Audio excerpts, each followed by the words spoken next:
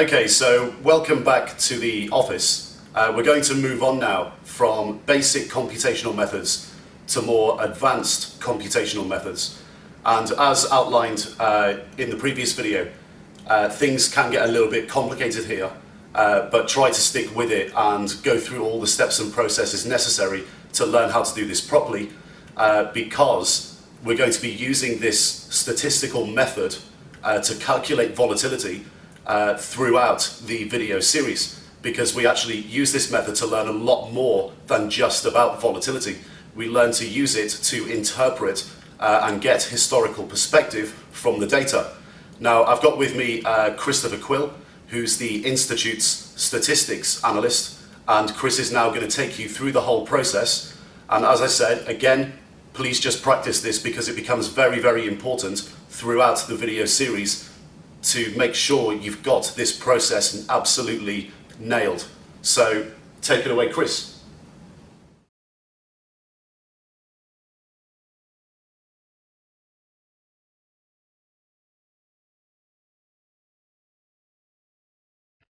In this Excel example, we're going to assess the daily volatility of two currency pairs, the Aussie dollar US dollar and the Euro US dollar. We're going to analyze what's called a distribution of returns, and the outcome will be that we're able to get a really good understanding of how these assets behave and the opportunities and risks associated with trading them. So what you'll need to do is have a new Excel sheet open like I have here and save it as something sensible like FX returns distributions, and remember to keep saving as you go along to prevent any loss of work. So the first stage in the process is to actually obtain the data. So we're going to look at the Aussie dollar US dollar first, and a website that you can actually obtain daily historical prices from is investing.com/currencies. And then this has basically historical data on almost any currency pair you want. But we're going to look at the Aussie dollar US dollar, which is here.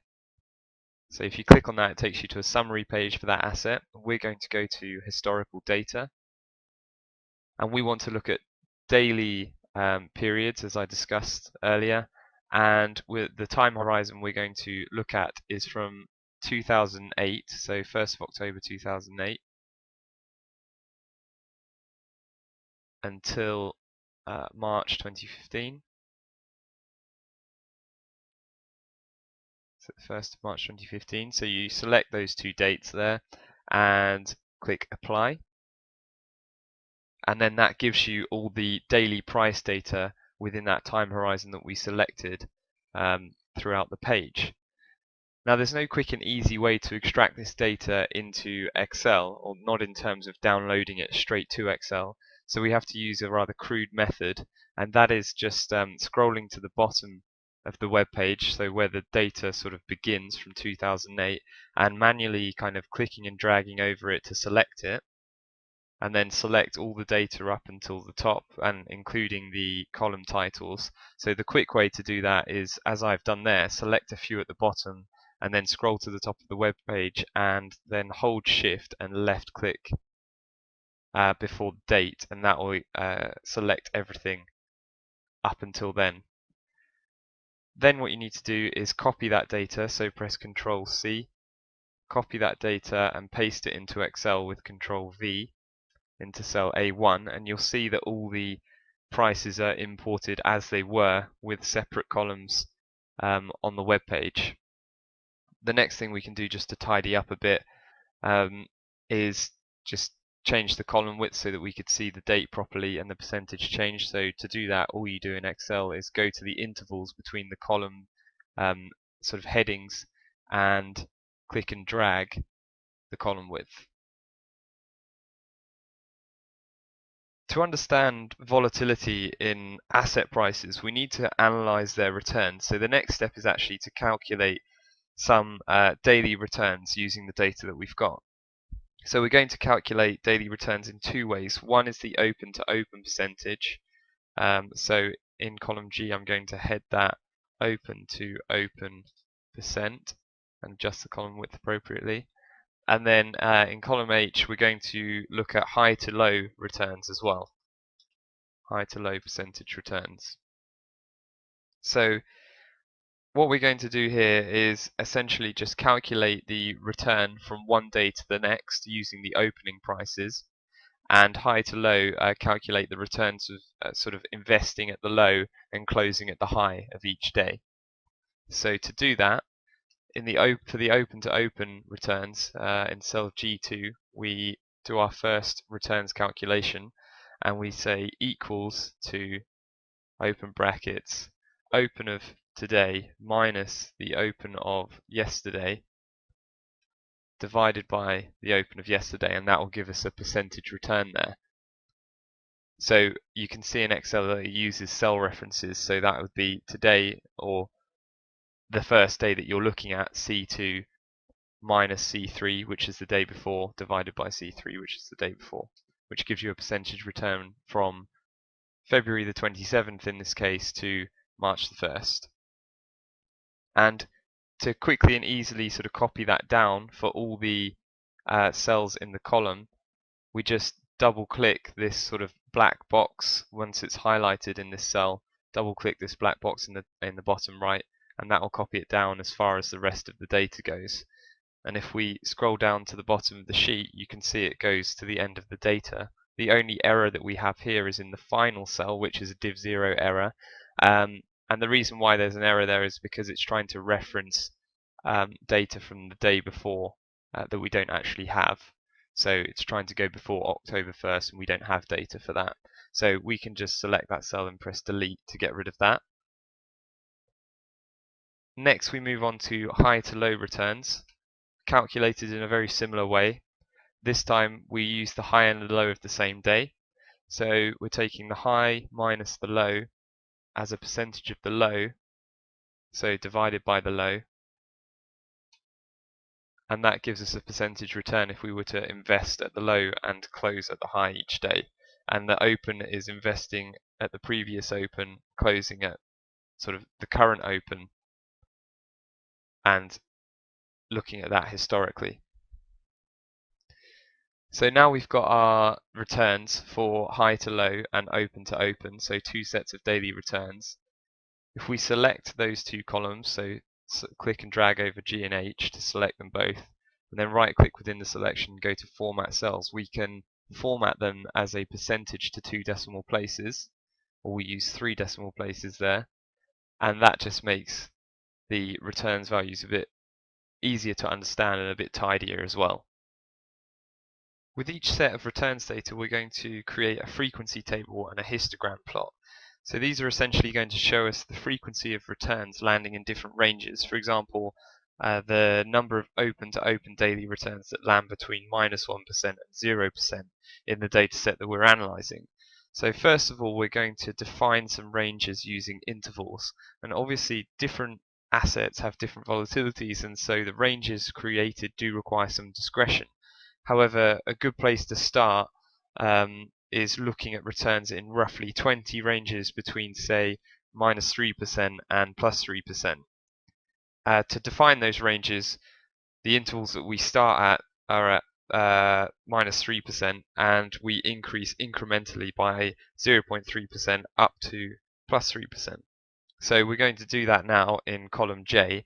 So I'm going to head the column intervals, and then underneath that start at -0.03, which is -3%, and then in the next cell down will be -0.27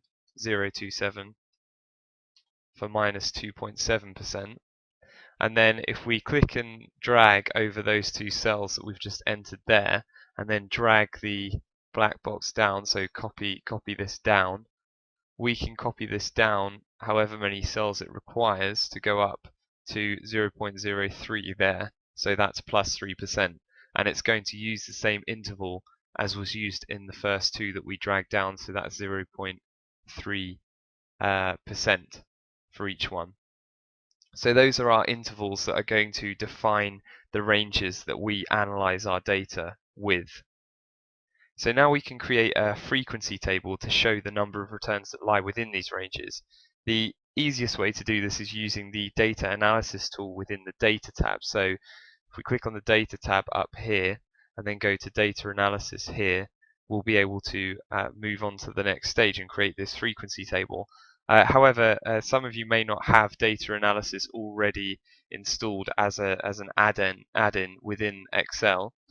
So what you'd need to do is go to File and then Options, Add-ins, and then press Go, and you'll need to make sure that the Analysis Toolpack add-ins are checked, and then press OK, and you should see this data analysis function here just pop up. So let's continue by using that. So if we click on data analysis, we're going to select the histogram analysis tool, click OK. So the input range for our histogram is going to be the actual data that we're analyzing. We're going to analyze all the open to open returns first before we move on to high to low. So we need to select the input range, which is all the open to open returns in our data set. So that's from cell G2 down to the end of the sheet. So the quick way to go to the end of the sheet from here, after you've selected G2, is holding Control Shift and then pressing the down arrow on the keyboard, and that will automatically select all the cells down to the point where there's a gap. So that's down to 1996 there. So then if we scroll back up to the top of the spreadsheet, we can put in our bin range. Our bin range is just the intervals that are going to be used to sort of define the ranges. So we've created that here, that's why we did that.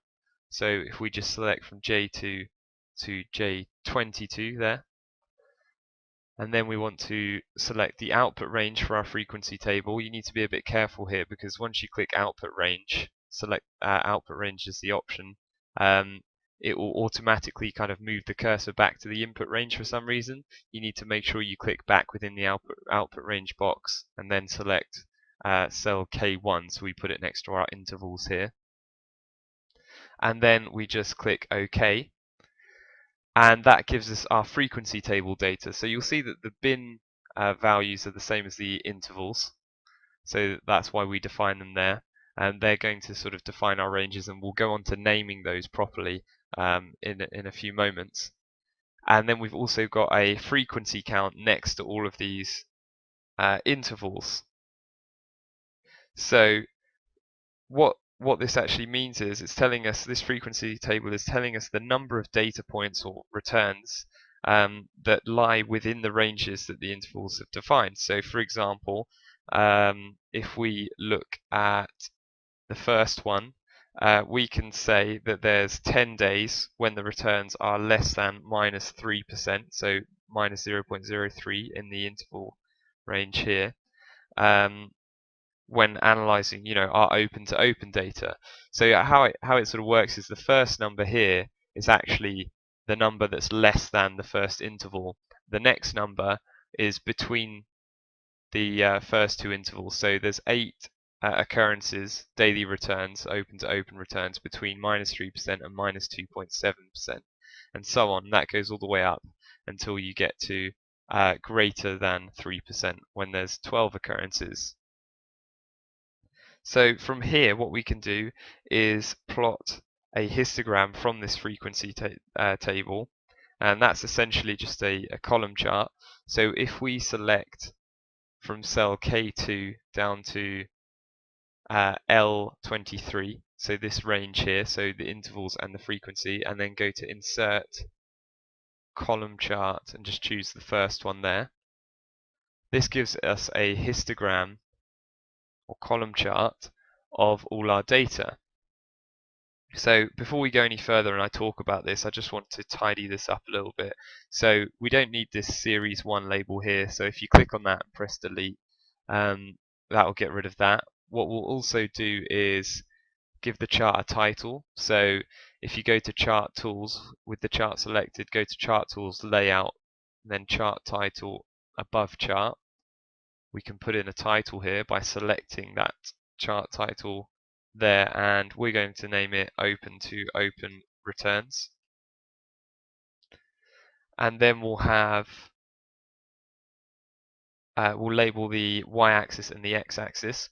So to do that, you go to Axis Titles, we'll label the vertical axis, so the y-axis, rotated title, and this is just going to be frequency,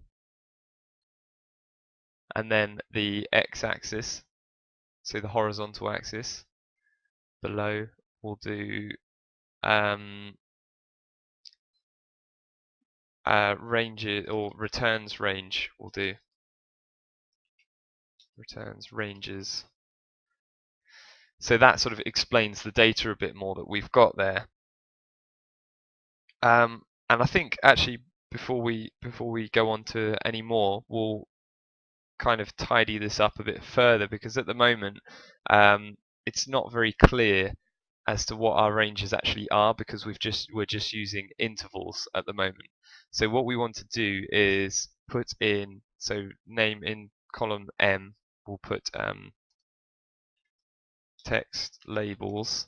So that's going to be text labels for to identify the ranges, and we'll change this x-axis here from looking at the sort of interval numbers to actual text, proper text labels for the ranges. So what we can do here is first of all select all the cells that are going to become text labels for our ranges. So that's M2 to M23, and then right click within that selection, format these cells as text and press OK. And then we can start just going ahead and manually labeling these ranges. So the first one will be less than -3%, and 10 occurrences happen there. And then as we continue, the next range would be -3% to -2.7%, and then -2.7% to -2.4%, -2.4% to -2.1%, and so on. We just keep going through the whole frequency table like that. So next -2.1% to -1.8%. And you'll notice at this stage probably as well that as we go through naming these ranges, more and more occurrences are happening as we sort of tend towards 0, or the mean of the data we're looking at, and we'll get onto that a lot more later.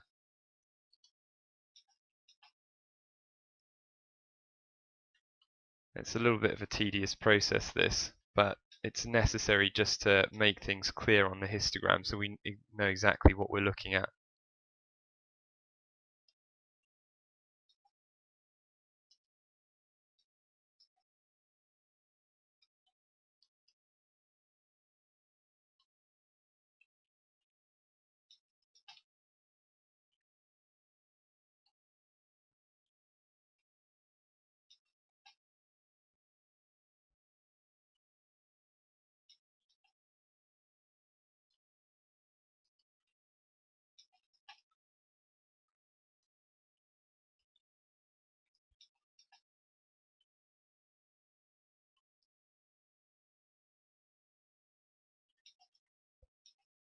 You might be wondering at this stage why we have so many intervals. Well, the reason is so that the chart, the histogram, is easier to interpret. So we actually get an idea of smaller ranges, what the occurrences that happen in smaller ranges. Obviously, this task would be easier with less intervals, but we're more concerned with how we interpret the data at this stage.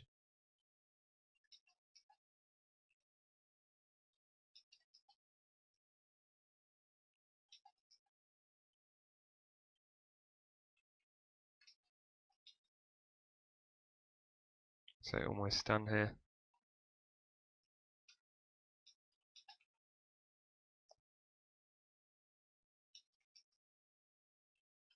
So the final range that we look at here is more than 3%, so greater than 3%. And that's all our text labels done for our ranges that we're looking at. So let's just adjust the column width there so it looks a bit neater, and the purpose of that was to put it into the graph. So if you right click on the graph and then go to select data, then we edit the horizontal axis labels. Click on edit there. At the moment it's looking at the bin range, so that's just the intervals. So we're just going to move that across to M. So we want to look at, if we click in that range there and go from M to, change the other K to M as well, M23, that will select all the text labels that we've just created there. And now our histogram is a bit easier to kind of visually interpret. So now we can see, the distribution there between different ranges of returns. So basically what we've got here is a distribution of returns that we're analyzing across different ranges, as we've discussed. And you can see that much more of the data generally lies near the middle of the chart than in the tails, again, as you might expect. And this sort of rough shape here is a typical example of what statisticians call a normal distribution. A normal distribution is a bell-shaped frequency curve like we have here, and is one of the most common occurring probability distributions that can be seen in many different areas of life. A typical example often used is actually human height. So you'd have here human height instead of, frequency here, as we've got, and then human height instead of percentage returns. And we'd split them into ranges as well, and you'd sort of get a perfect kind of bell-shaped normal distribution from that. So a perfect normal distribution is actually kind of symmetrical around the mean, and it has defined frequency percentages in different portions of the distribution, which we'll come on to a bit later. And we'll also look at how our distribution here is a little bit different from the perfect normal distribution. Before we move on to any of that, I'm going to show you how you can quickly obtain some summary statistics for the open-to-open dataset that we're looking at. So I'm just going to move this histogram to the side for a moment, and we're going to use the data analysis tool again. So if we go to data on the ribbon and then click on data analysis, what we can do is go to an analysis tool called descriptive statistics there, click on that and then click OK. And the input range that we're going to use is the open to open daily returns again, because we're still analyzing those daily returns as opposed to high to low. And the input range is going to be similar for the histogram data, or similar to the histogram data. So that's going to be from cell G2 to G1996. Then you scroll to the top of the spreadsheet again, and we want to set the output range to this time Q1. Again, be careful to reselect the output range since it sort of automatically puts you back in input range. And then just check the box that says summary statistics, and then that will give us, when we press OK, a bunch of summary statistics for our open to open data set. And before we kind of look through that in any detail, let's just change some of these to percentages so that we can look at them a bit more closely. So mean, standard error, so mean down to sample variance, if you select all of those and format those as percentages to let's say 3 decimal places, and then we'll do the range maximum and minimum also as percentages to 3 decimal places, and kurtosis, skew and sum just as numbers to 2 decimal places. Okay, so let's go through and look at what these statistics actually mean, interpret them a bit more closely. So the mean is the average open to open daily return for the Aussie dollar, US dollar over the period that we've analysed. The median here is the middle number of the data set when we arrange it in numerical order. So if we have a set of numbers that is 1, 2, 3, 4, 5, the median is 3 because it's the middle number when it's listed in numerical order. The standard deviation is a measure of dispersion or volatility in the data. So this is a key statistic that we'll consider in terms of opportunity and risk when trading an asset. Kurtosis, that's basically a measure of how peaked the data is around the mean. so in the middle of the data set, and how large the tails are, so the extremities as well, when you compare it to a normal, a perfect normal distribution. So any number greater than 0 in Excel for the kurtosis value basically means that the data set you're looking at is peakier and has fatter tails. What that means is if it's got higher peaks, so more frequent occurrences by the mean, and also more in the extremities, obviously it has to sacrifice some data in the sort of middle sections, or the left and right middle sections of the distribution. So there's less occurrences sort of around here and here to a normal distribution, but more in the middle and at the ends to make up for it. So the skew next. So a negative skew basically means that the negative tails or extremities are larger than the positive ones, and vice versa. The range is simply the difference between the highest daily return in the data to the lowest. The minimum is the lowest daily return, and the maximum is the highest daily return. The sum is a bit irrelevant. That's just the sum of all the open to open returns in our data set. It doesn't equate to the return that you would get if you held the position the whole time. Just make sure you're aware of that. And the count is the number of periods analyzed in our data set. So in this case, 1,995 days. So let's return now to our frequency table, where we can sort of translate our frequency counts into probabilities. So in column N, I'm going to head it probabilities, and column O, cumulative probabilities. Adjust those column widths appropriately, and then all we're going to do is basically in the probabilities column calculate the frequency within that range as a percentage of the total count, the total frequency in the entire data set. So this formula would just be, so cell L2 10 divided by cell R15, which is the total count. Now what we want to do is be able to quickly calculate this for the whole column.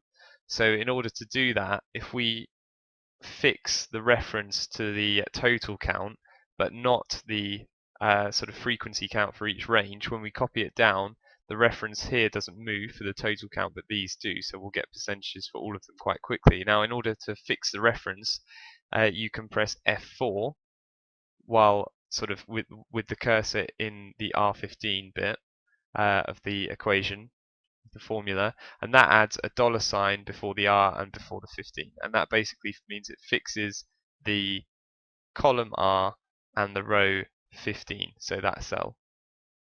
And then we press enter and copy down, and that's a really quick and easy way to sort of calculate all those probabilities. If we right click within that selection and change it to format cells, change to percentages to 2 decimal places, then we can sort of more easily interpret that. And then cumulative probabilities, we're just going to work out the cumulative probability from sort of -3% upwards. So the first range is less than -3%, and it's obviously going to be 0.5% as we have there. So I just put this cumulative probability equal to this probability here. The next one will be the sum of these two, so the sum of the first two ranges, so less than -3% and also -3 to -2.7%. So again, a good way to arrange this formula so we can copy the rest down, copy it down in the rest of the cells, is just do this current probability for the range in that row plus the previous cumulative probability. By doing that, you can then copy down, and what you do is you end up with a cumulative probability assessment, which obviously ends up in analyzing 100% of the data. So why have we sort of looked at the probabilities here? It makes it a lot easier to kind of interpret what we're doing, to actually come up with some valuable information rather than just looking at frequency numbers where it doesn't really mean anything unless you know the total count. and I suppose you can get an idea of what they're like compared to each other, but probabilities is something that everyone understands. It makes it easier to kind of analyze. So what you can sort of start saying to yourself by having these probability columns is, for example, quite simply in the probabilities column, you could say between minus 0.6% and minus 0.9%, 6.3% of occurrences land within that range. So you could say, based on historical data, there's a 6.32% chance of this asset on a daily basis using open-to-open returns landing between minus 6% and minus 9%. Sorry, minus 0.6% and minus 0.9%.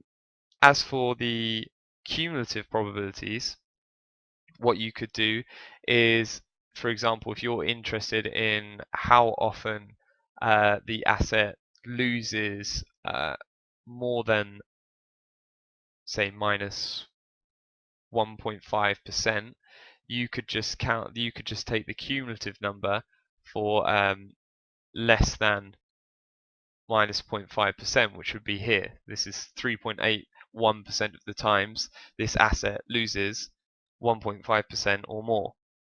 Equally, how much does it ever gain more than roughly a percent? Well, you just do, it's roughly 95% of the times it doesn't gain a percent, so that means 5% of the time you might get more than a percent day trading this Aussie dollar versus US dollar from the open to the open.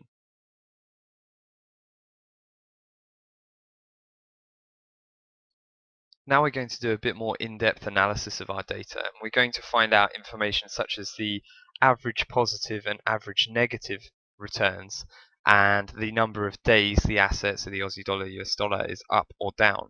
And to do that, we're going to need to clear some space to work with at the top of the spreadsheet. So I want to create about 10 blank rows at the top. So to do that, I'm going to select from row 1 to 10 on the left-hand side here. Click and drag to select all of that, and then right click within the selection and press insert, and then you'll see that you've got 10 new rows there inserted, and all our previous data has moved down. So what we're essentially going to do here is continue dealing with our open to open returns data, daily data, and like I said before, we're going to work out information such as the average positive and average negative returns and things like that. And what we're going to do is create a formula that is like an average formula that's variable dependent on how we filter our raw data here. So before we move on to that, I just want to show you how we actually filter stuff here. So this raw data here is now from cell A11 across to column H and all the way down. And what you want to do to add a filter to this data is just click any one of the column titles, and then within the ribbon at the top, make sure data is selected and go to filter. Just select that and it will give you some drop down arrows in all the column titles. And when you click on one of those, there'll be various options to sort or filter the data. And like I said, we're going to be using the open to open data still. So one of the things that we're going to be doing is filtering for positive open to open data. So in that scenario, we go to number filters, greater than, and then in this box here put is greater than 0.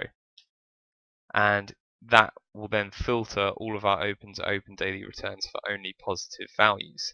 And what you may have noticed is that some of the data that we calculated previously, our frequency table, our descriptive statistics, and our graph or chart, sorry, has sort of been squeezed together a bit there, and it looks a bit strange. So the reason why it's done that is because we've added this filter here, and we filtered out all the negative or flat rows in our data set. So don't worry, all you do when you clear the filter here, click on the drop down arrow and then select clear filter from open to open, it restores all the rows and you'll see that you've still got all the data that we worked with previously. So just to make sure there's some clarity here when we continue working out some new statistics, I'm just going to put in another open to open heading here. So from cell I1 to I4, I've selected all those cells. I'm going to go to Home tab on the ribbon and then select Merge and Center, Wrap Text, and then the sort of center text alignment there. And then within this cell, which is now a sort of much larger merge cell, type Open to Open Data, just so we continue knowing what we're working with. Now, as I said, what I'm going to do is sort of calculate an average, use an average formula that changes dependent on our filtered data. And we're going to do the same for a count as well. So the number of occurrences that are positive or negative in our data set. So to do that in cell J1, let's start with the averages. So we'll have average returns and adjust the column width appropriately. And within that, we're going to calculate the average return based on the raw data here, whether it's filtered or not. So the formula for that is equals subtotal, open brackets 1 for the average, that's the function number for average, comma, and then reference all our data. So that's now from cell G12 down to the bottom. So remember, the quick way to get down to the bottom of that data set is Control Shift and down, the down arrow key. And then close the brackets, press enter, and you'll see that we've got an average returns figure there. If I just format that cell to show itself as a percentage 3 decimal places, you'll see that that's exactly the same as our average value, our mean value in our descriptor statistics, which we calculated earlier, which is as you'd expect, because at the moment all our raw data here is unfiltered. Now when we filter it, this cell will change, and the descriptor statistics here, they'll stay the same because they're calculated, they're sort of hard coded in from all the raw data that we analyzed before. So bearing that in mind, let's now name another couple of cells. We want to calculate the average positive return. So shorthand, I'm going to use avposret, and the same here for negative returns.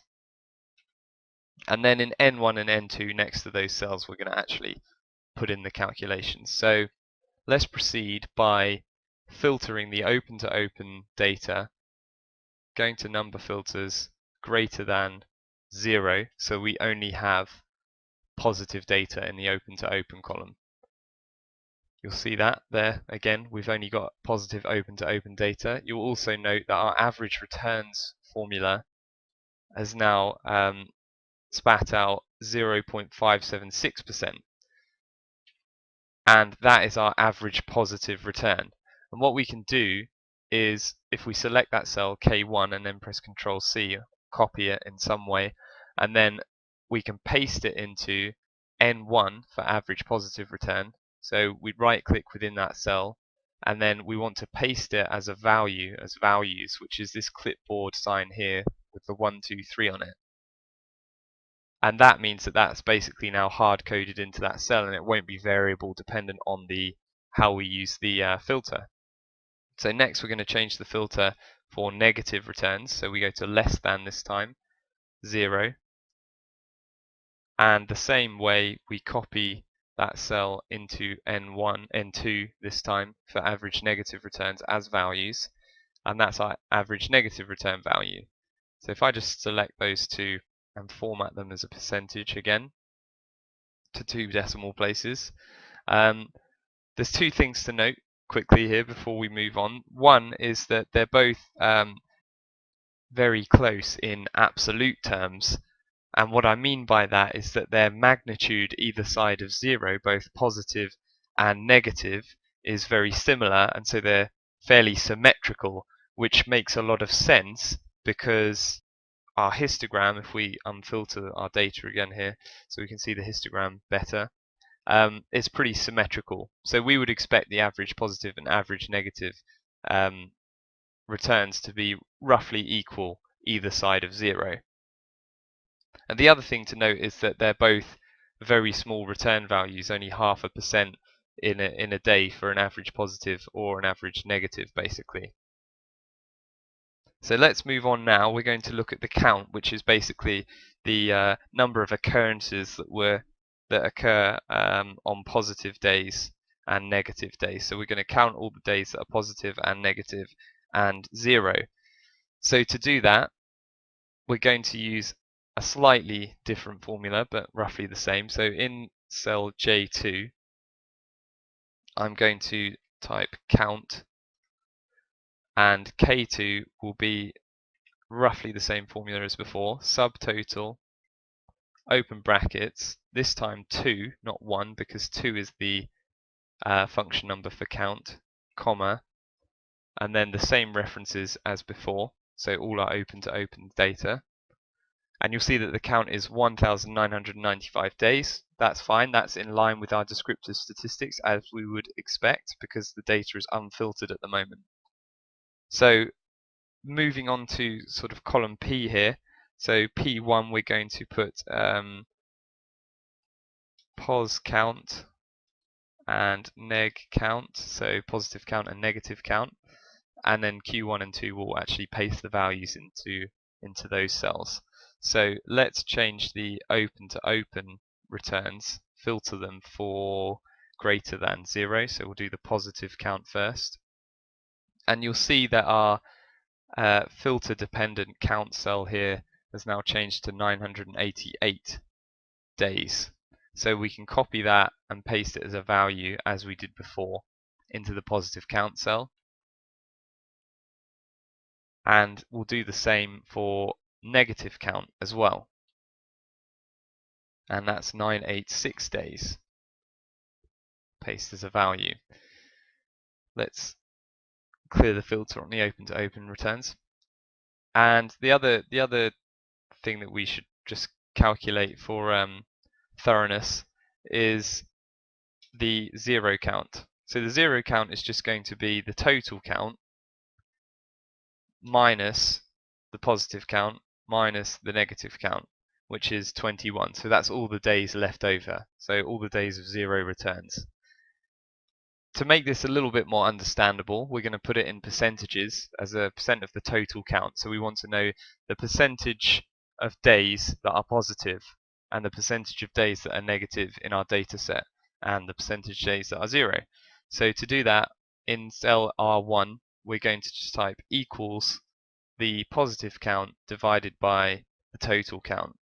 And if we fix the total count cell reference, so if I press F4 around the R25 cell reference, it will add the dollar sign, which fixes the dollar signs, which fix the row and the column, so that that reference doesn't move when we copy this formula down, but this cell reference will move down, and that will calculate all our percentage returns slightly more easily. Let's format that as a percentage. So we can see there that 49.52% of days in our historical data set are positive.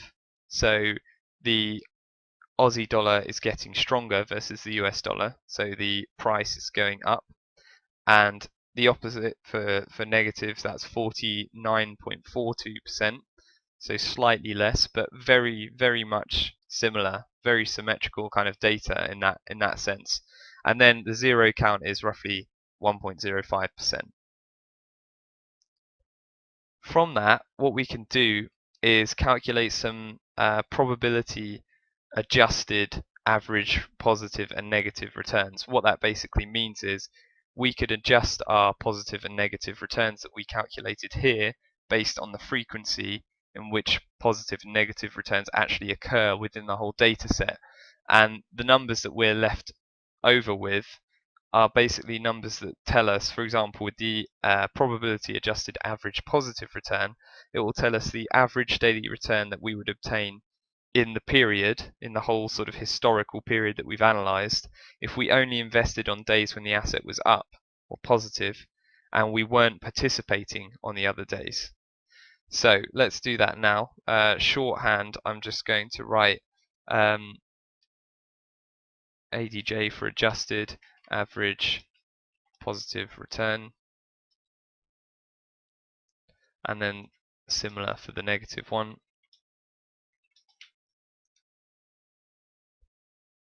And the calculation is simply going to be for the average probability adjusted average positive return, it's going to be the average positive return that we calculated earlier times by the positive count as a percentage, and the same for the negative probability adjusted average negative return as well. You can see I could drag that down there because these cells, it just uses the references below, which are the negative numbers anyway. So let's format those cells to percentages with much less decimal places. So 2, for example. Close that column up a little bit. So one thing to briefly note here is that, again, these numbers are very small, and it basically highlights that your day trading opportunities here are very kind of small, even if you get it exactly right. You know, there's not that much volatility in this asset that we're looking at, in the Aussie dollar US dollar, and so day trading opportunities are minimal. So now let's move on to looking at standard deviations and some more volatility analysis. So essentially what we're going to do is, a little bit like we did earlier with the frequency table, define some intervals that create ranges that we're then going to see how many daily returns lie within those ranges that are defined. And they'll be defined by 1, 2, and 3 standard deviations from the mean. So we're going to create a table for that to define the intervals, and then we'll do a count as well.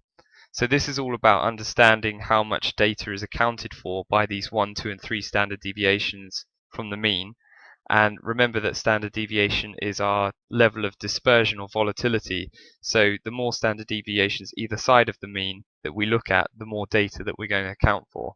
So we're going to create a table now called standard deviation, STDDV for short, and then that's in cell W1, and in cell X1, Y1, and Z1, we're going to have 1, 2, and 3 for 1, 2, and 3 standard deviations from the mean, and we're going to create upper and lower bounds for those figures, 1, 2, and 3 standard deviations from the mean. So to calculate the upper bound for one standard deviation from the mean, all it is the mean plus 1 times the standard deviation figure. So in cell X2, all we're going to do is put equal to the mean, which we calculate in the descriptive statistics, plus 1 times the standard deviation figure, which is also in the descriptive statistics that we calculated earlier. And then for 2 standard deviations above the mean, it's the mean, very similar, plus 2 times the standard deviation figure. And for 3 standard deviations, it's the mean plus 3 times the standard deviation figure. And very similarly for the lower bounds, it's just simply the mean minus 1 times the standard deviation figure for the 1 standard deviation lower bound. The mean minus 2 times the standard deviation figure for 2 standard deviation lower bound, and the mean minus 3 times the standard deviation figure for the lower bound of 3 standard deviations from the mean. And these basically define our intervals that help us calculate how many returns lie within these ranges. So we're going to look between these two values for 1 standard deviation from the mean, see how many daily returns lie within those 2 bounds. The same for 2 standard deviations and 3 standard deviations from the mean. And then what we're going to do is take note and record those values in another table, another standard deviation table. So in cell AB1, I'm going to head this table standard dev 2, and then put 1, 2, and 3 standard deviations in the column going down. And what we want to do is calculate the actual number of occurrences that lie within those bounds. We want to convert that to a frequency percentage, so the actual number of occurrences within those bounds as a percentage of the total number of occurrences, or the count. And then we want to be able to compare it to a normal distribution. So we want a normal count and a normal frequency percentage. So let's go ahead and calculate the actual count numbers that lie within these ranges, 1, 2, and 3 standard deviations from the mean. And all we're going to do that is filter these open to open daily returns for between those numbers. So we're looking at greater than or equal to the 1 standard deviation below the mean, which is minus 0.00873, and is less than or equal to the upper 1 standard deviation from the mean value, which is 0.008792. Once we filter all our open to open daily returns for that, our count box that we made earlier, our count formula, will adjust and tell us how many occurrences are within that range. We can just copy that figure and dump it in the new table, paste it as a value within the appropriate cell. So the actual count within 1 standard deviation from the mean. Let's go ahead and do 2 and 3 standard deviations from the mean now. So this time we go between minus 0.0175 to 0.017554, and now we have 1890 days that lie within that range, so we can copy that cell again and paste it into the 2 standard deviations either side of the mean actual count figure there in that table. And finally the same with 3 standard deviations from the mean. So we're looking at minus 0.02626 to 0.026316, and the count that we have, the number of occurrences of days with the returns that lie between those values, is 1962 in that case. So paste that as a value, and that's all our actual counts that lie within those standard deviation bounds. We can quite easily convert that to a percentage frequency figure, as we did before, by comparing it to the total number of occurrences in our data set. So for 1 standard deviation either side of the mean, it will be this actual count figure here divided by the total count. And again, we can put an absolute reference around that cell reference, so that we can copy it down easily. So there we go, and let's format those cells to display themselves as a percentage to 2 decimal places. Now let's look at what a normal distribution would predict in terms of the frequency, percentage, and the actual count. So what we know from a normal distribution is that a perfect normal distribution accounts for, with 1 standard deviation from the mean, accounts for 68.2% of the data in the data set, and 2 standard deviations from the mean is 95.4% of the data points in the data set, and 3 standard deviations from the mean is 99.8% of the data points. And then we can kind of back out, reverse engineer the count figure from that just by taking the percentage figure for 1 standard deviation from the mean and times it by the total count in our data set. And again, we want to absolute reference the total count, so we can copy this down. And now we have some data in this table that we can sort of compare. So our empirical distribution, our empirical work here, versus what's predicted by a normal distribution. So let's sort of make some comments about that now, and sort of refer back to our histogram that we've got here.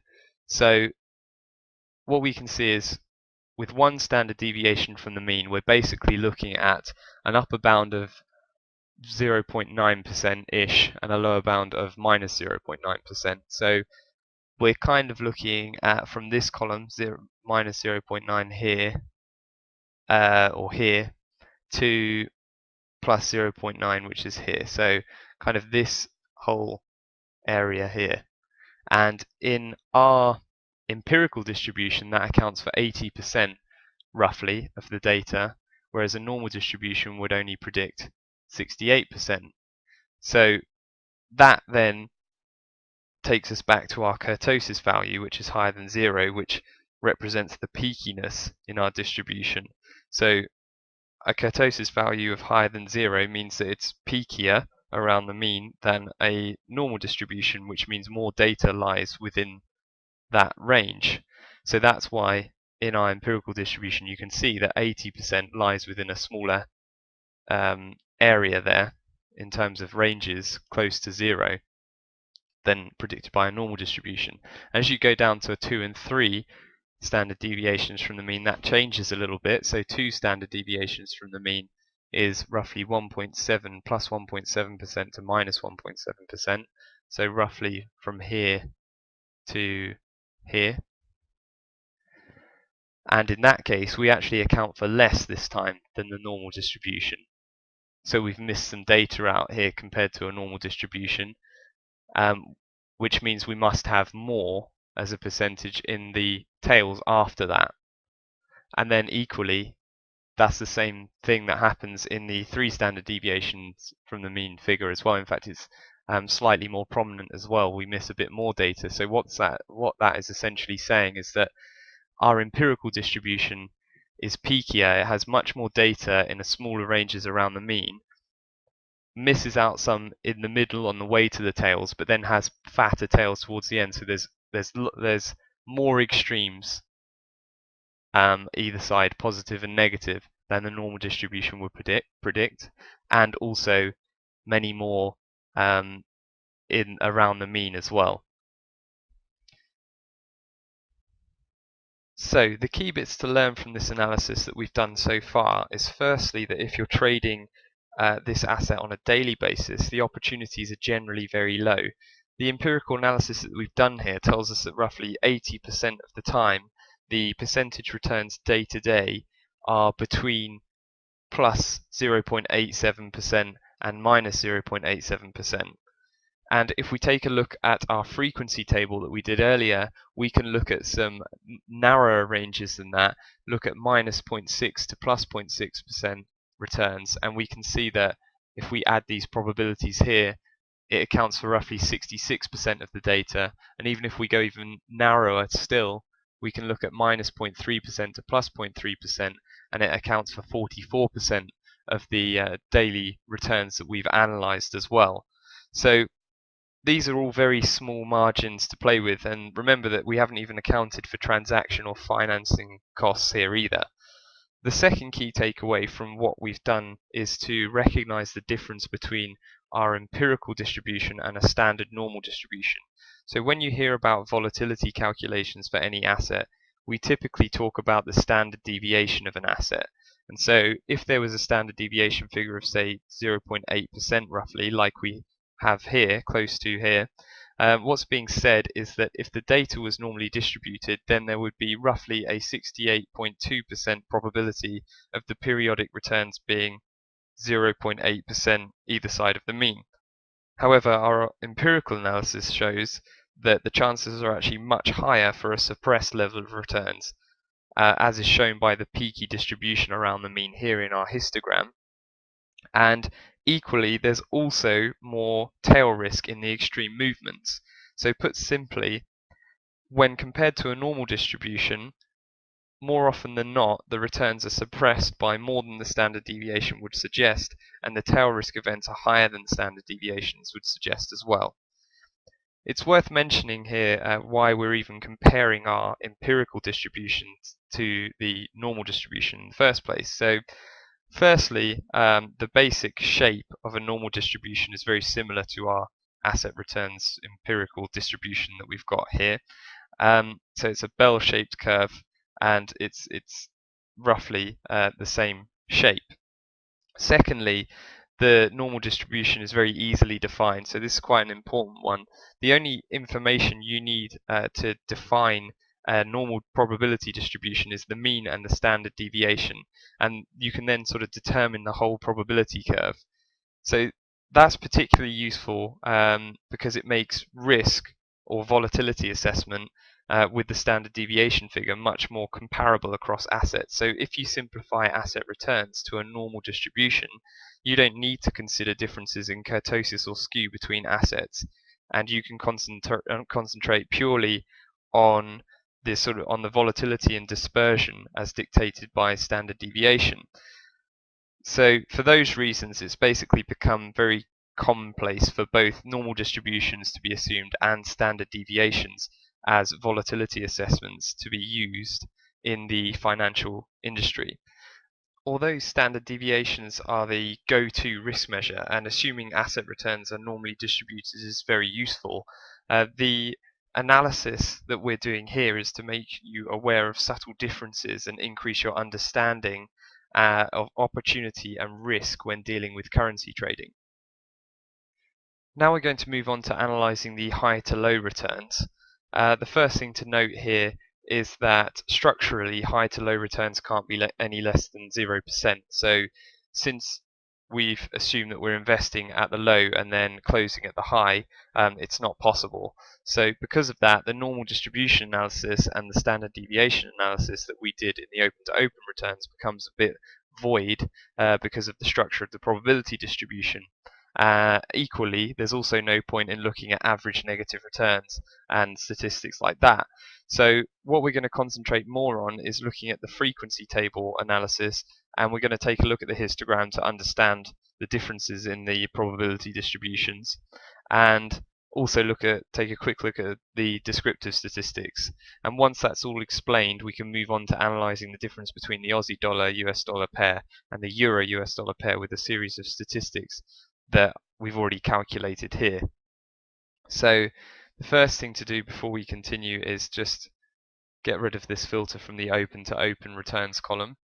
And then we need to plot our frequency table. So in cell J36, I'm going to head this column intervals again. And then we're going to look at intervals above 0 because, like I said, with high to low returns, you can't have yield returns of less than 0%.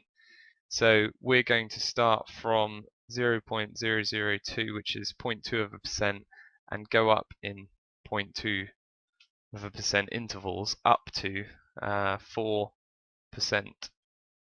max. And from those intervals, as before, we're going to create our frequency table data. So if we go to data on the ribbon and then data analysis, and then choose histogram here and press OK, we need to make sure that our input range goes from the high to low, uses the high to low data, so that's going to be H12, starting at H12 this time, all the way down to the bottom with Control Shift down on the keyboard, down to H2007, and then we're going to look at the bin range, which is the intervals, so that's from J37 to J56, and then the output range we're going to make K36, and then if we press OK, it will plot our frequency table there. So from that we can plot our histogram again. So we do that with that data selected, so just with the data, not the headings. We go to insert on the ribbon and then column chart, and you can see here already that our histogram, our probability distribution for high to low returns, is completely different in the way that it looks. It is not normally distributed at all. That's because of the structural fact that you can't have less than 0% returns, but obviously you can still have high volatility and a large tail in the positive side. So a huge difference between the high and low intraday is possible. So that's what creates this sort of lopsided distribution.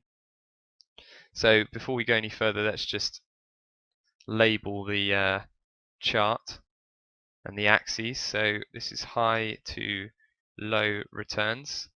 So you do that just by clicking on the chart, going to Chart Tools, Layout, Chart Title, and then the same way, but this time axis titles, we'll label the horizontal axis first. That's going to be returns ranges, as in the chart above, and then the same for the vertical axis title. We'll name that frequency. So in this high to low example, I'm not actually going to go through and create all the text labels like I did before, just in the interest of saving time. What I'm going to do instead is just select the bin range that we've got there and format the cells to show themselves as a percentage to 2 decimal places, and at least that makes it slightly clearer on the histogram what's going on. And you can always refer back to the text labels here with how it works when it refers to the bin ranges, each of the text labels. So now let's move on to calculating the descriptive statistics. So we go to Data, Data Analysis, Descriptive Statistics, and we want to use the high to low data again in the input range. So that's from cell H12 down to cell H2007.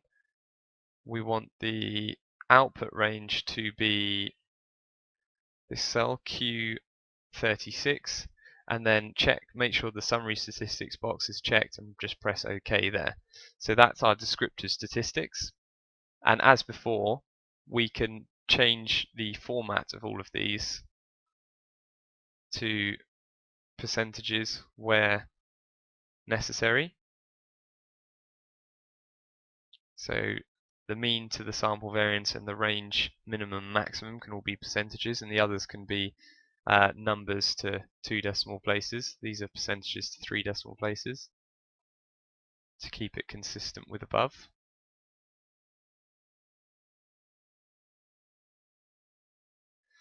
Okay, so that's our descriptive statistics done, and from that, as before, we can calculate our probabilities and cumulative probabilities using the frequency table and knowing the total count from our descriptive statistics. So we'll head the next column there, probabilities, as above, and cumulative probabilities. And we work this out in exactly the same way. So we're looking at the frequency for this range of less than 0.2%, high to low returns, divided by the total count, so 80 divided by 1996. We're going to fix that cell reference R50 with dollar signs so we can copy it down easily, and then format all of those cells by right-clicking within the selection and formatting cells as a percentage to 2 decimal places. Then we go to cumulative probabilities, work this out in the same way as we did before. So the opening cumulative probability is just going to be the same as the opening range probability, so the opening range being less than 0.2%. And then from there we're going to cumulatively add up all the probabilities until you get to 100% of the data accounted for. And we do that by looking at the relevant probability for the range in that row and adding it to the previous cumulative probability and then copying that down. And then we can see by the end it accounts for 100% of the data as before. So the main things to note here is firstly the difference in the structure of the probability distribution, as we briefly touched on before. And it's not very close to a normal distribution at all. You can see that by the kurtosis and skew as well being extremely far from zero in both cases.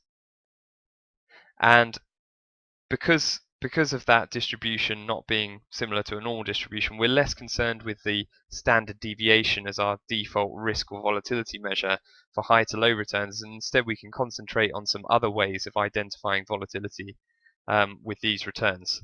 So first and foremost, the obvious one is the average high to low return. So that kind of gives you the average maximum potential of your sort of day trading this asset. So on average, the maximum return you'll get intraday trading this asset is around 1%.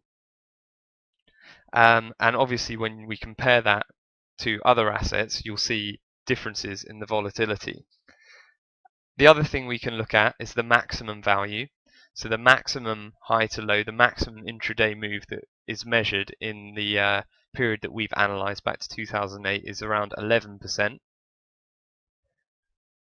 And also it's important just to bear in mind the frequency table data in general. So, we can get a good idea here of, say, the movements of more than 4% between high and low is around 1.65% of occurrences. So around 1.65% of the time, movements from high to low to high are over 4%, that basically means. And you can go through that frequency table with that logic as well, the same with the cumulative probability. So that's all sensible to do, as well as looking at the mean and the maximum high to low returns.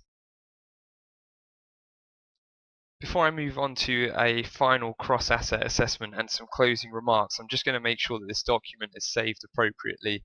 So I'm going to go to File, Save As, save it to the desktop with a file name of AUD USD distribution, for example. Click Save there. So that's saved now. So the whole point of the distribution of returns exercise that we've just carried out is for three major purposes. Firstly, we want to understand, get a really good, deep understanding of how an asset, or a currency in this case, behaves and the risks and opportunities that it presents. Secondly, we want to highlight the lack of day trading opportunities in currencies most of the time. So we can see that by looking at various measures, but the main ones being the average positive and average negative returns being so low. Thirdly, we want to be able to compare the risk and opportunity across currency pairs. So I'm going to show you some of that now by comparing the Aussie dollar US dollar pair to the Euro US dollar pair. So I've got a pre-made spreadsheet with the Euro US dollar data in, and its format is exactly the same as what we just went through building in the Aussie dollar US dollar pair.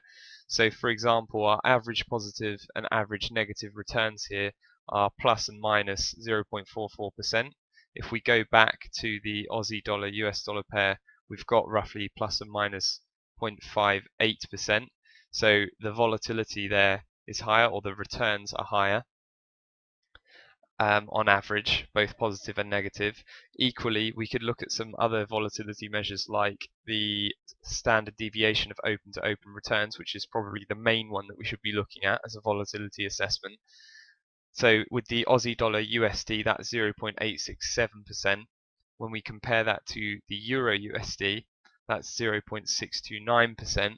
So again, the Euro seems to have lower volatility in a pair with the US dollar compared to the Aussie dollar with the US dollar in a US dollar pair. So what I've done is kind of summarized a bunch of this information that we've gone through in this video for both the Euro US dollar and the Aussie dollar US dollar. So here's some key statistics that I've picked out. Probably the most important one is the open to open return standard deviation, which is kind of the major volatility assessment that we use. Equally, we've got the average positive and negative returns, which basically show you the opportunities that lie within these currencies when you day trade them, or when you trade them over the period that you're analyzing. And I've thrown in there the range, the minimum, the maximum as well, because that also gives you an indication of how the asset that you're looking at behaves, and it's another kind of risk-reward measure there. And on the high to low returns, as we discussed just a few moments ago, the key ones I've picked out are the average high to low return and the maximum high low return in the period. So what we can see basically, the final outcome of this cross asset comparison with the Aussie dollar US dollar versus the Euro US dollar is basically that all our risk measures here are higher in the Aussie dollar US dollar pair than the Euro US dollar pair, which basically means that there's greater risk, but also hand in hand with that, greater opportunity to profit from trading the Aussie dollar US dollar pair compared to the Euro US dollar pair? Okay, so welcome back to the computer screen. What we're going to do here is have a look at what Chris has just gone through in the context of where we've been going with the overall volatility analysis throughout the video series so far, and really put this into context so we can cement the understanding of where this is all going.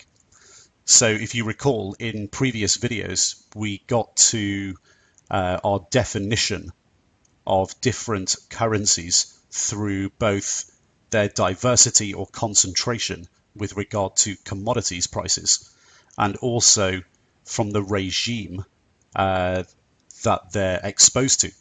And we've now got to a point where we have this tradable set, and the tradable set is defined by 4 different definitions of currencies. And we've got our X commodity floating majors, our X commodity floating minors, our commodity floating majors, and our commodity floating minors. So the first thing to notice is obviously that every currency pair in our tradable set is a floating regime.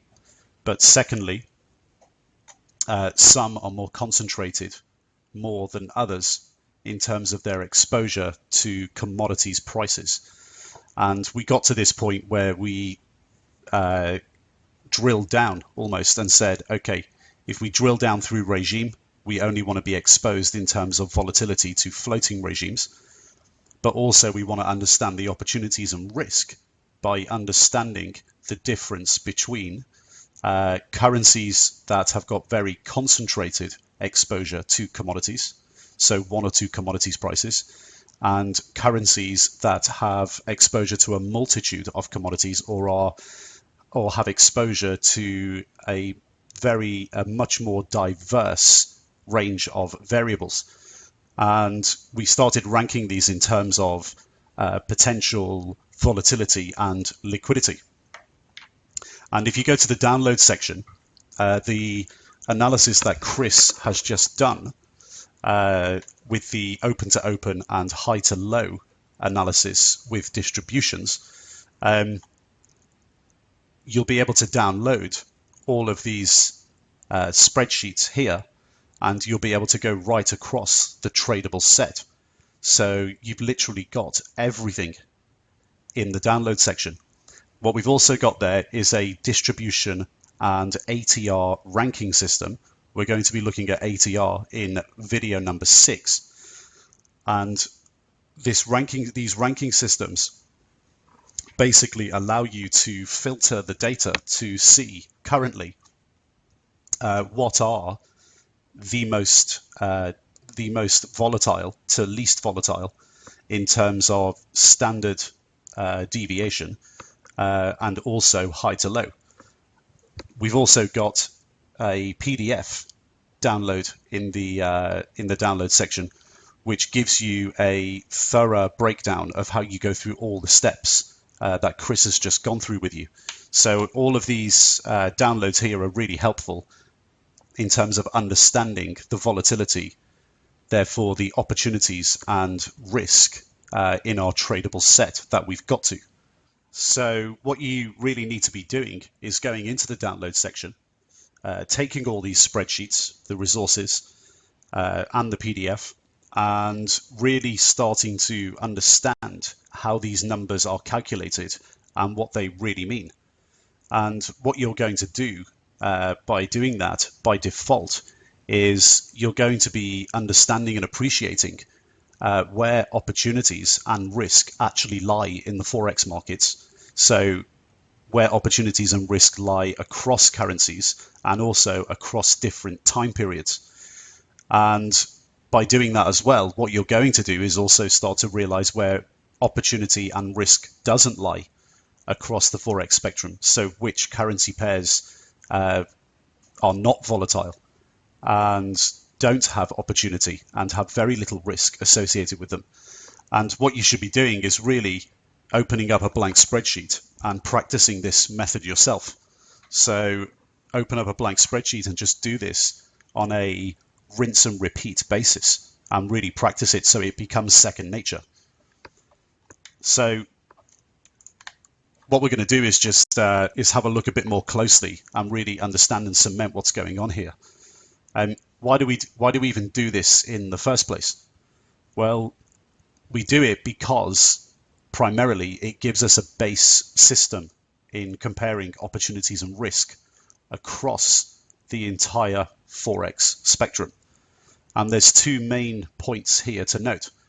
The first one is, you'll recall earlier in the video series when we started looking at basic calculations. The first point is that we realized that comparing pips really isn't a way in order to compare opportunities and risk. It's the way the brokers want you to think. And it's not a good way of comparing opportunities and risk because it's not a one-for-one base system. And we're not comparing like for like. So let's put it this way. It's not really comparing apples to apples. It's comparing apples to bananas. It's confusing. We have to use a base system. So we change everything to percentages and we anchor ourselves to using everything in terms of percentages when analyzing opportunities and risk, so volatility. And secondly, opportunity and risk go hand in hand. And you'll hear this a lot in the financial markets. Without risk, there's no opportunity. And with risk comes opportunity. And volatility measures both risk and opportunity. And when we compare multiple assets against each other, we discover which assets have the most risk and opportunity and which assets have the least risk and opportunity for each unit of currency that we put into a trade. So for equivalent position sizes. And we do this because we want to deploy capital efficiently and optimally. The approach overall that we take here is really the true measure of opportunity and risk, and it's the way all professional traders do it. So this is something you need to get used to. We mentioned earlier in the video series that professional traders do things at a much more higher level in terms of mathematical rigor when compared to retail traders. Well, this is exactly what we're talking about. You need to really bring yourself up the curve, and if you've got any hope of being consistently profitable in the financial markets, even in other asset classes, not just currency trading, you need to try and really bring yourself up the curve. And we've done this in a way for you that eliminates a lot of intellectual snobbery and gives you a really good shortcut into understanding how professional traders do it. Now, also, if you've got any hopes or dreams of going into the financial markets as a profession, so going to work for an investment bank or a hedge fund or an asset manager, this is the type of stuff that you're going to have to learn. Typically what will happen is this will be the type of information and training that you would get if you are on the desk at those institutions for the first 1 or 2 years. And you'd be expected to know all this after 1 or 2 years. Now, the great thing about this is you can learn it before you even go in. You know, that's the type of information we give here at the Institute. So in the labor market, when you're applying to these places for internships, graduate schemes, or just jobs in general, you're going to stand out. You're going to be leading the pack in terms of knowledge.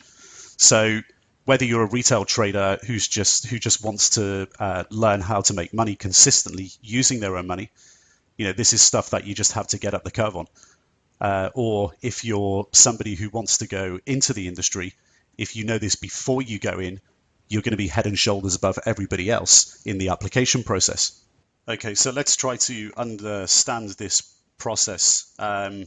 If we go through the overall situation here, what we're trying to do is take the entire tradable set and discover which time frame is going to give us the optimal opportunities. And we're going to look at the whole set also to discover which currency pairs over various time frames are the most volatile and which are the least volatile. And basically what we've done is ranked each currency pair from the most volatile to the least volatile on a distribution and ATR basis in order to look for the opportunities and the risk. Now, this is a snapshot taken as of when we have put the video series together. This is something that you need to do on a consistent basis, and depending on your own timetable, it depends how frequently you do this yourself. But it's quite important to do this to understand at any one point in time where opportunities and risk lie in the currency markets. So Chris went through a couple of examples. We looked at euro dollar and we looked at the Aussie dollar pair. And if we look at euro dollar on the open to open distribution, what we discovered was that the numbers are really not that great when we're looking at daily volatility. So, for example, in euro dollar, the mean return on a daily basis of the currency pair is 0.005%, and the median return was 0. Now, when we look at the daily volatility on average on an up day and a down day, the daily volatility on average in euro dollar on an up day is actually 0.21% from open to open. And on an average down day, it's 0.21% as well. So we can see that there's a couple of things we need to consider here. Firstly, if you're going into euro dollar with the idea that you're going to day trade it, what is likely to happen from all of the historical data and information that we can get our hands on a daily basis, the most likely thing to happen is that you're going to get a return of 0. And that's if you're basically just picking out of the air which way you're going to go. And obviously that's without paying a spread, but essentially your mean or median return, you should expect that if you're day trading, regardless of what your strategy is over one day, it doesn't really matter because you cannot argue with the numbers. The numbers are the historical numbers of the actual currency pair on a daily basis.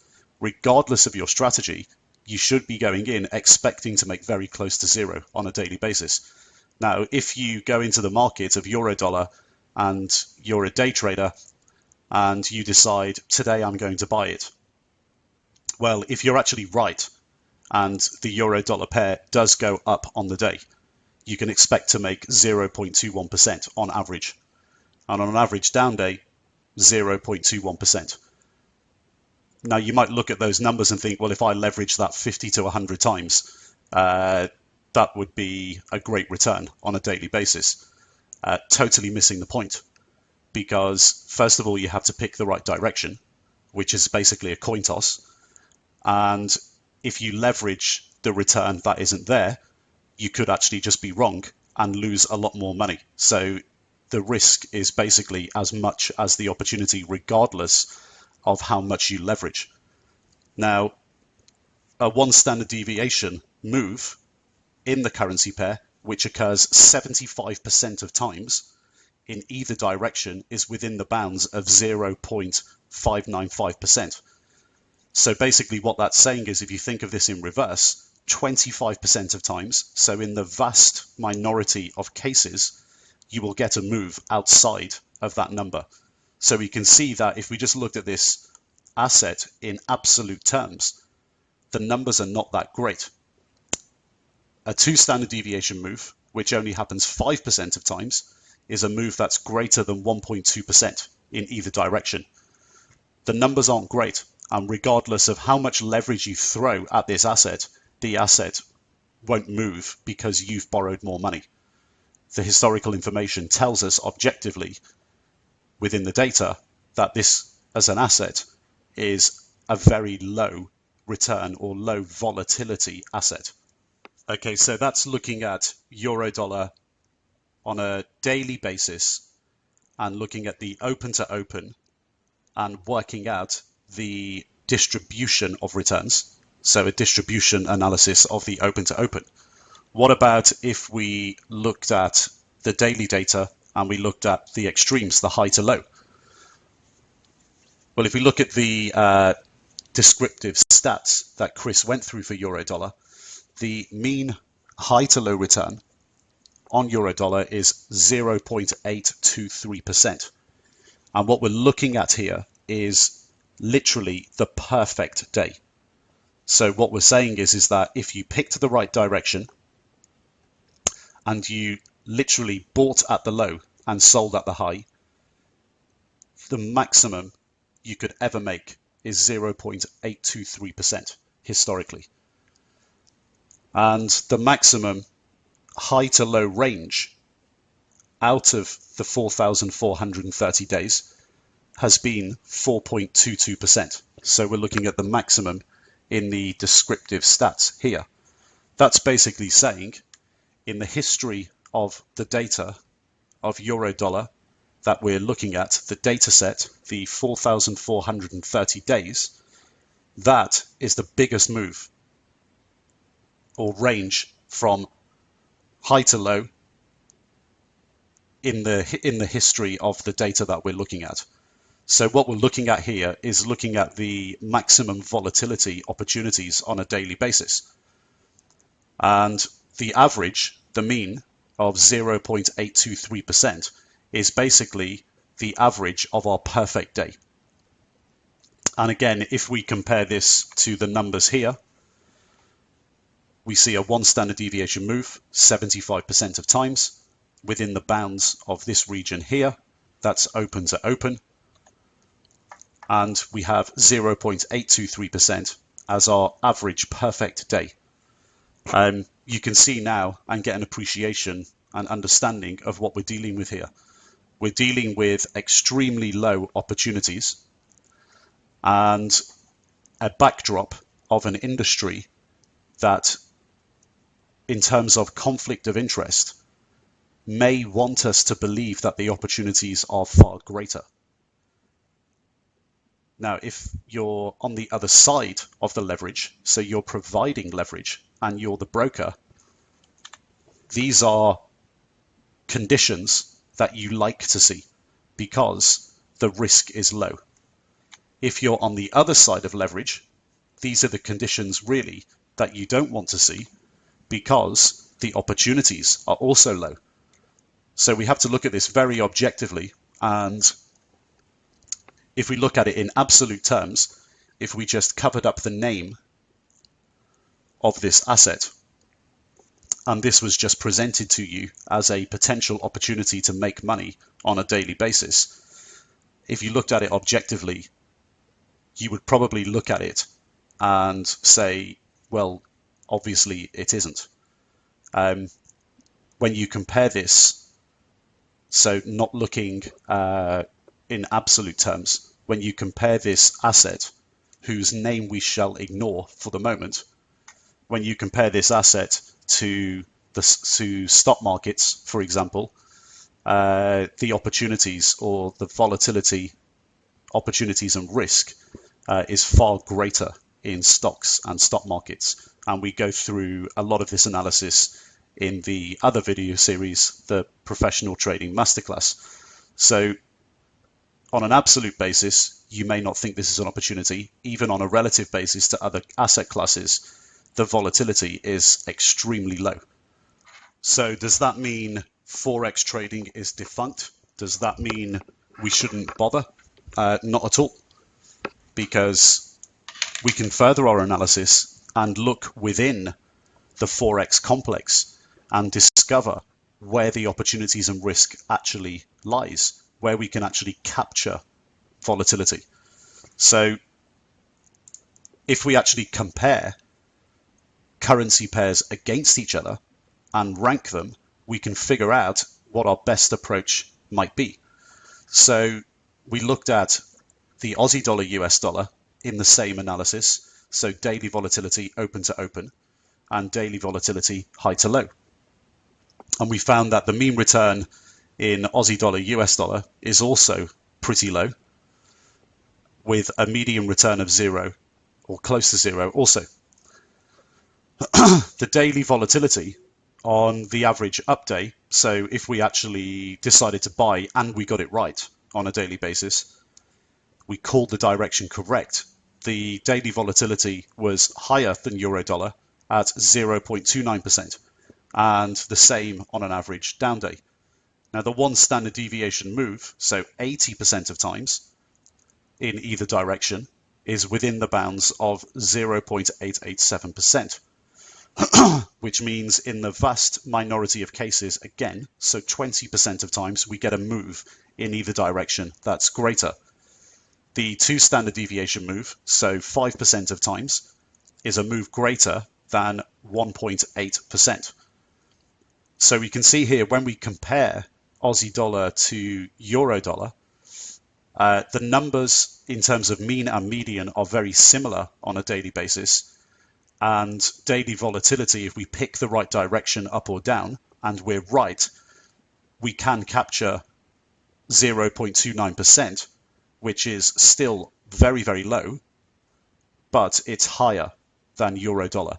So there is some sort of comparison conclusion to draw from that. Now, if we look at the high to low, we can see that the mean high to low return, we discovered that Aussie dollar cross is actually greater in terms of high to low magnitude on average. And that comes in at 1.165% when compared to euro dollar at around 0.8%. So we can now also see that not just from an open to open analysis in terms of distribution, but also on a high to low return, that the volatility on the perfect day in Aussie dollar, the magnitude is higher. The maximum high to low range in Aussie dollar out of the 4,430 days is 10.89%, so around 11%. So there has been a situation in the past, obviously very rare, where Aussie dollar has had a high to low range of 11% in one day. So we're dealing with a slightly different beast here. We're dealing with a currency pair that actually moves more than the currency pair that we looked at before. And that's if we call the right direction on a daily basis, also on a standard deviation basis, and also on a high to low return. And in the rare examples of our maximum, we get much greater magnitude moves. We can look at these things as possibly shocks in the market. But overall, the lesson to learn here is that Aussie dollar, US dollar has greater exposure, greater volatility, because they have greater exposure to one or two commodities when compared to a cross like euro dollar that has less volatility and a much diverse exposure to multiple variables.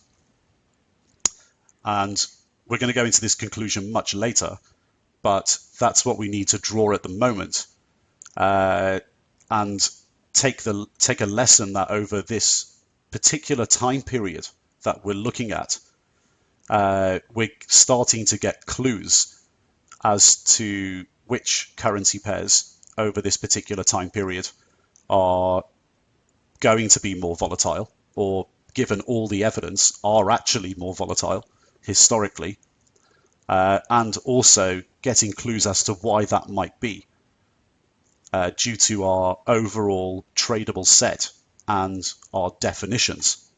However, the overall conclusion is that when we look at these things on an absolute basis, over this time frame, there isn't much volatility. On a one-day basis, in either of these currency pairs, the opportunity to make money is extremely low, but the risk to make or lose money is extremely low as well, because they're one and the same thing. Opportunity and risk are one and the same thing. So we have to bear that in mind. So let's just conclude all of this here in terms of looking at distributions. We can obviously see that on the daily basis, Aussie dollar is more volatile than euro dollar. But it doesn't mean that we should be looking to day trade Aussie dollar as a preference or a trading strategy. The daily volatility in euro dollar is 21 basis points or 0.21%, and Aussie dollar 29 basis points or 0.29%. And that's on the condition that you pick the correct way. So you actually get it right. If you don't get it right, you're very likely just to make nothing or lose that amount. So there's very, very little room for error if your strategy is to simply day trade day after day after day after day. On a high to low basis, the average day in Aussie dollar is almost twice the magnitude in percentage terms than euro dollar. But do bear in mind that in either case, regardless, you would literally have to buy the low print of the day and sell at the high print of the day. So the perfect trade every single day to achieve these returns, which is obviously completely impossible. What we're doing here is academically going through it to get a sense of and to show you how bad the actual risk reward is. Also, overall, so we're looking at this now in absolute terms, euro dollar and Aussie dollar, in both currency pairs, the up and the down days are the same. It's literally a coin toss. And these are the real numbers historically, so nothing can change them. Regardless of what you call your trading strategy on a one-day basis, whether you're looking at 5-minute windows, 1 hour charts, 4-hour charts, you're looking at stochastics, you're looking at various technical analysis over 1 hour, 4 hours, 8 hours, a 5-minute candle chart with multiple lines crossing each other, signaling day trading opportunities. It literally does not matter what you think your strategy is. These are the numbers, and unfortunately, they can't change. So when you're looking at these numbers, the data will dictate over many, many, many cases in the present, the past, and potentially the future. So give you an extremely good idea of what to expect in your returns. The data should be sending you a very strong message. The message is quite straightforward. We have to seek to increase our time horizon so we can capture larger volatility and actually capture fundamental trend. Day trading currencies in a very highly leveraged manner or highly leveraged trading account is something that dummies do in terms of their approach, as in the dumb money. The dumb money that brokers and smart money preys on, because on the other side of your trade is somebody who is either lending you money to leverage the returns that don't exist and charging you for it, and doing that because they have very little risk in doing so, and actually they have a 90% win ratio. Or it's the smart money who are trading on larger time frames and trading on fundamental trend and using the liquidity that you provide them on the one-day time frame to get out of trades or get into trades when they see the opportunity moving forward. So what we're witnessing here now overall is the answer to all the questions, which is, what is the opportunity in Forex pairs on an absolute basis? Well, on a daily basis, we've learned on an open to open and high to low basis, in absolute terms, that the opportunities are very little. Combine this with an understanding of infrastructure and conflict of interest, and also how smart money approaches the market, we're beginning to really understand now why 90% of retail traders in the Forex market lose money, and lose most of their money within a very short space of time. Okay, so before we really start to look at changing our approach and looking at longer term time horizons, let's look at this on a relative basis. So we need to look at this overall on an absolute basis and on a relative basis, in that we compare across the Forex complex and our tradable set. We compare the currency pair volatility to each other. So if we look at the table on the left hand side here, what we have is all of our currencies in the tradable set, and we have our measures of standard deviation and distribution on a mean high to low basis. And what we've done here is we've ranked in terms of standard deviation. You can also rank, if you want to in your own time, from the download section. You can rank on a mean high to low basis if you want to, but here we've looked at the standard deviation. And where do the opportunities actually lie, and where do the opportunities actually not lie? Well, let's have a look at euro dollar first, and we can see that euro dollar is actually almost right at the bottom of our opportunity set. So on a relative basis, euro dollar is not very volatile when compared to all other currency pairs. And you need to look at this also on an absolute basis, as we did earlier. What you're actually doing here, if you decide, okay, on a daily basis, I'm going to trade euro dollar, therefore my trading strategy is to day trade it every single day, day after day, and pretend to have a strategy. By all historical measures of data, on daily data, on standard deviation, it's a fool's game, because on an absolute basis, you're trading a non-volatile asset, and that's non-volatile regardless of anything. And on a relative basis, within the asset class that isn't very volatile, you're trading one of the least volatile pairs. So actually, day trading euro dollar, and even the currency pairs like sterling US dollar and sterling euro, which are even lower, day trading these types of currency pairs, thinking that you've got a trading strategy, day trading them is one of the stupidest things you'll ever do in trading.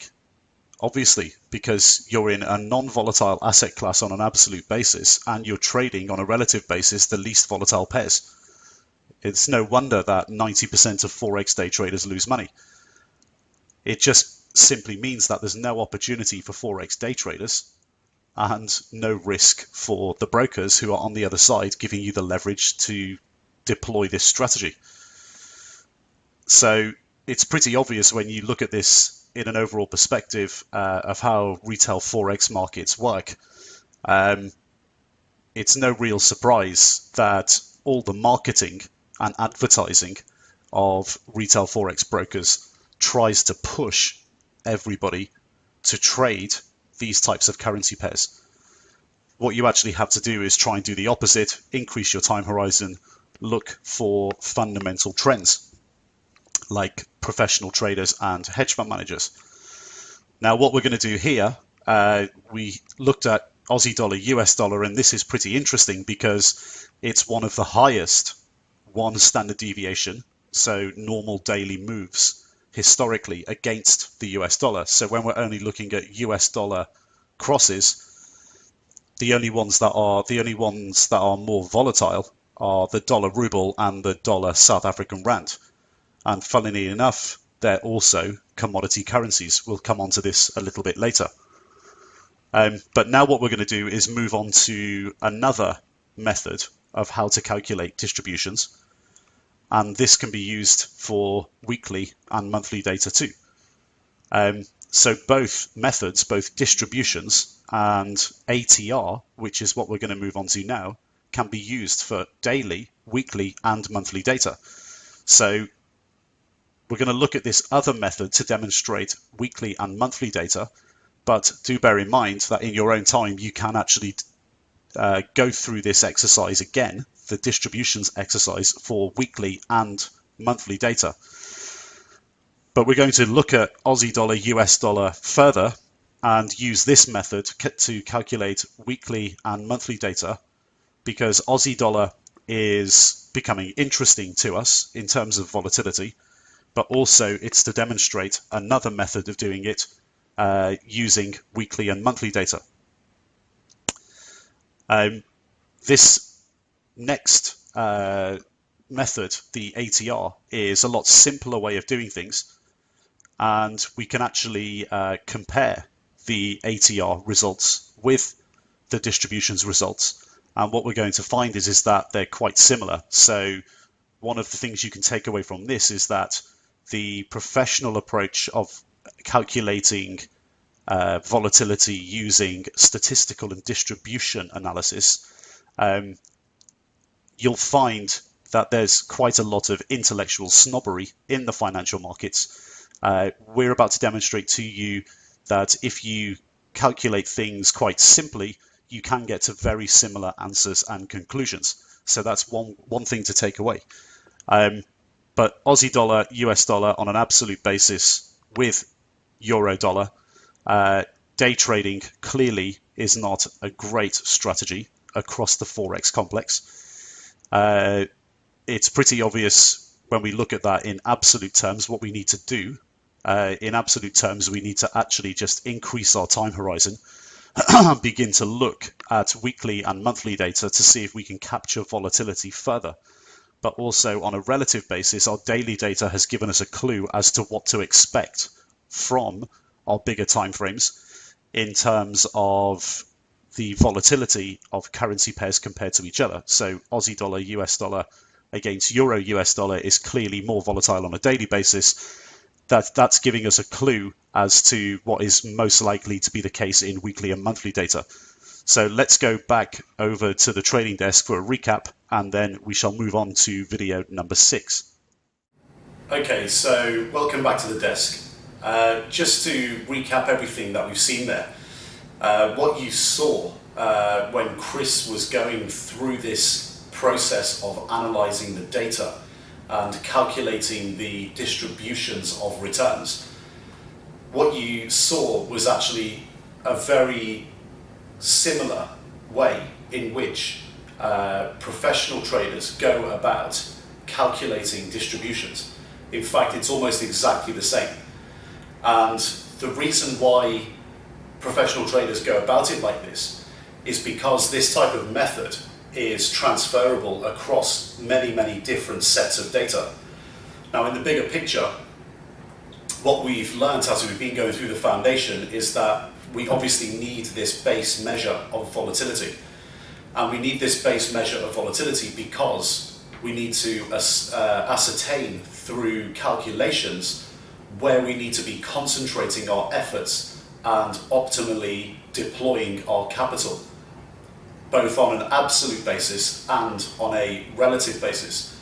So professional traders do this right across all asset classes. So in stock markets, in currency markets, in commodity markets, in bond markets, and within each market comparing the individual assets against each other.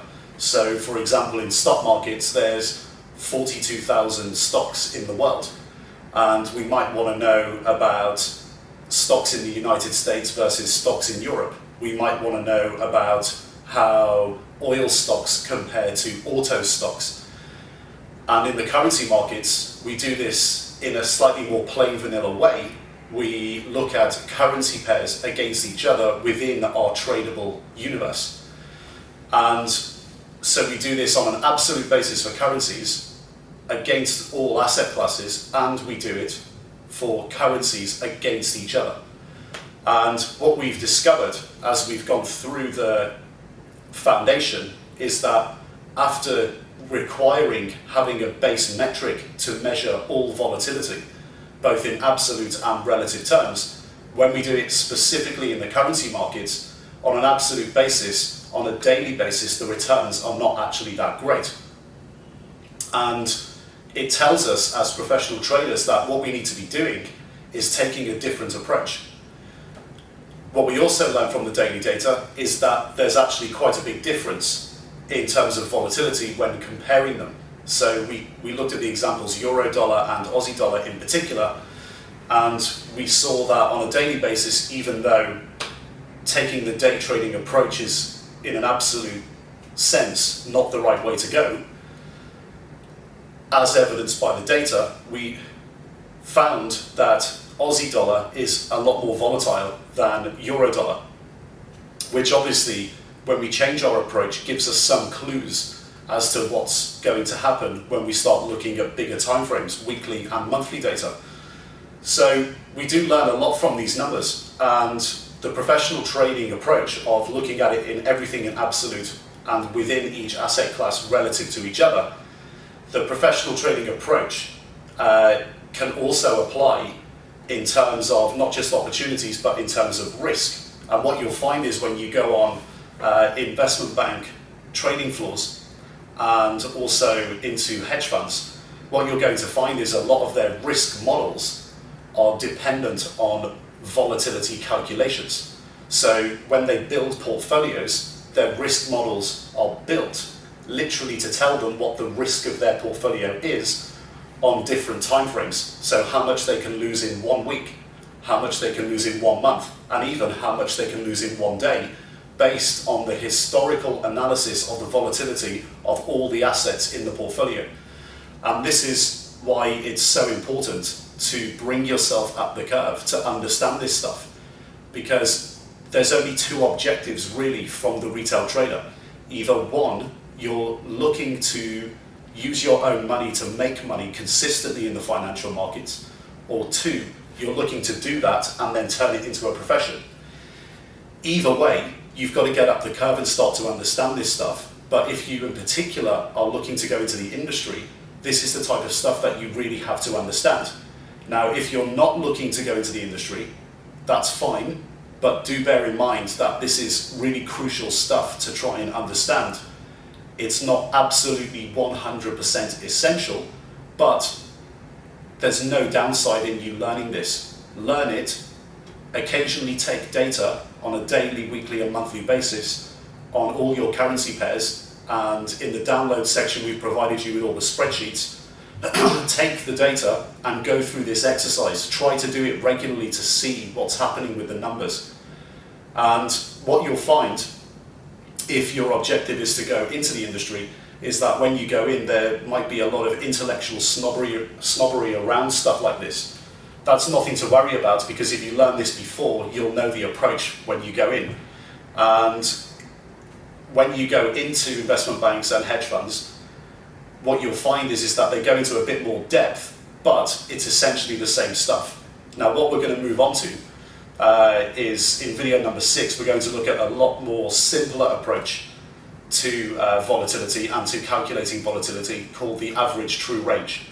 And the ATR is a bit more cruder, so depending on your objective and your own timetable, you can take both approaches, or you can take one of the approaches. And if you take both approaches, it becomes a good head check. So one approach against another. So if you use one approach, get to a certain result, use another to check it, and you get a broader appreciation of understanding. You can do either. You can use both, or you can use one. If you are short of time, what you'll find is that if you use the average true range, the average true range does get to answers very close to the statistical distribution analysis anyway. So there's no harm in doing both of them, but if you really are short on time, use the ATR and you'll be fairly close anyway. Okay, so in overall terms, we've built up this foundation now. We've been through all of the infrastructure, all of the opportunity set. We've been through basic computational methods and regimes.